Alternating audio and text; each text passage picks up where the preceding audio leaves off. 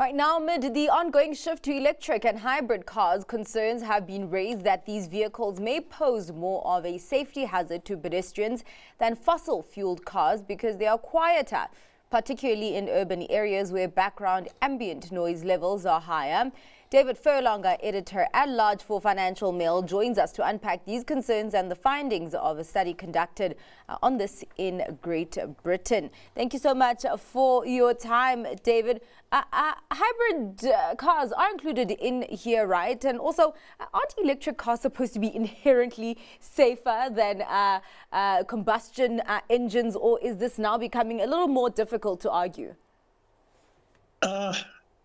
There is the theory that they are safer, but if you're looking for true safety, then you go back to a conversation we had a couple of weeks ago about autonomous self-driving vehicles.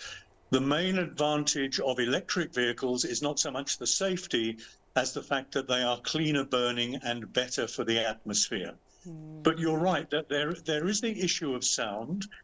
But there is also this question of the weight of electric vehicles. With the battery packs, they are considerably heavier than an internal combustion engine vehicle, and therefore they are slower to stop. It takes them more distance.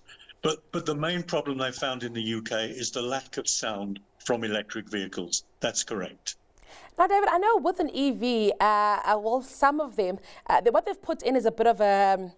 It's a bit of a sound that might happen when you reverse the car, a bit of a ting or a ping that's supposed to alert, pedestrians that this vehicle is at least reversing. But these are sounds that are so unfamiliar to pedestrians everywhere around the world and so easy to ignore. I just don't think it's enough. Well, if you look at the experience in the UK, and this is a study that was published last week in the British Medical Journal, so it's a fairly heavyweight review. Most of the problem is in urban areas where you won't hear a ding or a ping if you're a pedestrian or a cyclist because of all the other sounds around you. In rural areas, it's not an issue. But what they're trying to do, or what motor companies are trying to do, is to create sounds so that people can hear the cars coming. I mean, I remember a while ago being at a motor show in Europe, and I was hit 3 times at very low speed by electric vehicles which were ferrying guests around. Now, they were only moving at about 5-6 kilometers an hour, but you couldn't hear a darn thing. So what they're trying to do now is to create sounds that come from cars which alert people to the fact that there is something coming. I get what you're saying about people being alert, but what about the car actually being alert and being able to detect pedestrians? I mean, could this signal that technology is also still lagging on that front where they can't be trusted to always detect pedestrians? Well, again, we come back to autonomous vehicles, where they do have all these sensors. And in fact, if you look at some of the high cost, the luxury vehicles, they do have sensors, and they will alert you to they will alert you to pedestrians and other hazards. I mean, for example, even on my Bucky, my poor old Bucky, it will tell me if I'm not if I'm about to hit someone, but if I'm in danger of hitting someone. So, but again, we have a different technology when we come to electric vehicles. And just to put it in perspective, you said at the outset they're twice as likely to hit people as internal combustion engines. That's not exactly what the findings said. 74% of pedestrians who are hit in the UK are hit by internal combustion engines, so petrol and diesel engines, or cars with those engines. But if you look at the number of electric vehicles on the road, the incidence of them is twice as high. So what we're looking at, say in the UK in 10, 15 years' time, when the overwhelming number of vehicles are potentially silent electric vehicles, then you're going to have a real safety hazard. So that's why they're putting in sounds. And I have to say, some of the sounds are sensible. They are engine sounds. But then you're getting weird and wonderful things. One of the luxury car makers has a sound which is it's a mixture of guitar, piano, and didgeridoo. Oh, wow.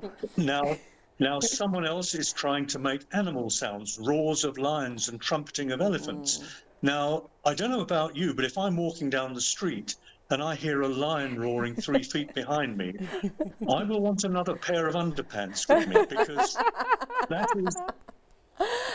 is not necessarily a safe thing. But the point is, we need sounds from electric cars to alert us to the fact they're behind us. Another interesting one, I think, for the South African market, David, is there's a full market of vehicles that are bought purely based on the sound they make. You know, when I think of the Golf GTIs, for instance, this is a real appeal in South Africa. There's a market that is completely dedicated to this kind of car because of the sounds that they make. And with, you know, silent vehicles, could we also be missing out on an opportunity to artificially create that sound to keep that market going? Some of those sports car companies and the high performance companies, they are already doing that. Okay. They have soundtracks on board which allow you to hear them coming. And it sounds like it, because let's be honest, if you're going to buy a GTI or a Jaguar or something, you don't want to be going silently. You want an engine that sounds like an engine. So they are doing that not just for safety's sake, but also so that the driver feels like they really are driving a car. I mean, having driven some of the electric vehicles, it's a really weird experience when you're going along in virtual silence. So it's both for the ego of the driver, but more importantly for the safety of the other people out on the roads there. We'll talk about the ego of the driver. What's also interesting is that driver age is also a factor here, David. What role does that play? Sorry, what role does what play? Driver age for these electric vehicles. Sorry, are you having a go at me for being really old and out of touch with everything? No, not at all, no. not at all. No, to put it in perspective, I like my car also to sound like a car. Also, when you're driving a car, the engine tone sounds, or the engine tone changes as you speed up, and I'm talking about in an internal combustion engine. They're trying to do that in other vehicles as well. So, yeah, what they have found actually is that younger people are less concerned about the sound than older people who were brought up to the sound of traditional engines. So, yeah.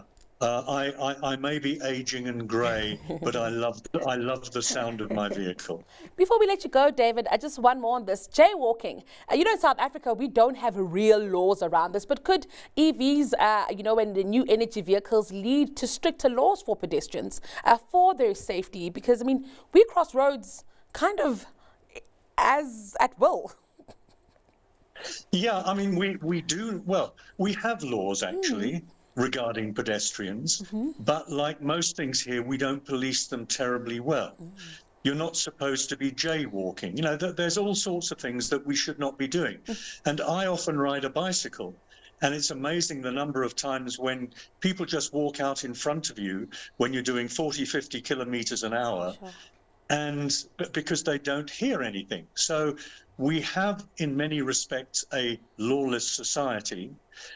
But we do have the advantage of very, very few, well, I say advantage, the current advantage of very, very few electric vehicles, so that you can hear pretty well everything that's coming, which in South Africa's case means screeching brakes, shouting voices, and all sorts of things. So what they've got in the UK is something we've got to be alert for here. It's not a major thing here at the moment, but it will come. It's something we have to be aware of. Lawless indeed, because drivers in South Africa have also seemed to have forgotten what a pedestrian crossing is, David. I see this when I'm running. A lot of drivers know my annoyed face. Thank you so much for your time and your insights on that. That was Editor-at-Large for Financial Mail, David Furlonger.